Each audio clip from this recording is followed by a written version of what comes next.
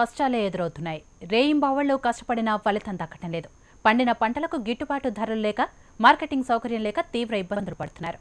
ఆఖరికి తమ పంటను తెగనమ్ముకోవాల్సిన పరిస్థితి నెలకొంది. కర్నూలు జిల్లాలో మిర్చి రైతుల కష్టాలపై హెచ్ఎంటీవీ స్పెషల్ స్టోరీ.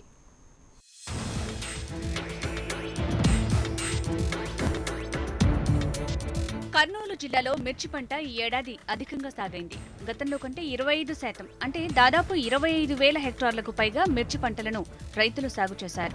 జిల్లాలోని ఆలూరు, ఆదోని, ఎమ్మిగనూరు, మంత్రాలయం నియోజకవర్గాల్లో మిర్చి పంటలను అత్యధికంగా రైతులు వేశారు.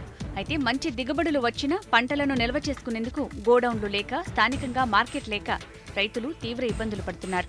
ఇతర ప్రాంతాలకు పంటను తరలించాలంటే తలకు మించిన భారంగా మారుతోంది. మేము 3 ఎకరాలు మరిపేసినాము. ఆ 3 ఎకరాలు మరిపేస్తే పెట్టుబడి కూడా వెళ్ళకుండా ఉంది. మందు సంచులు చూస్తే 1,100, 1,200 ఉంది.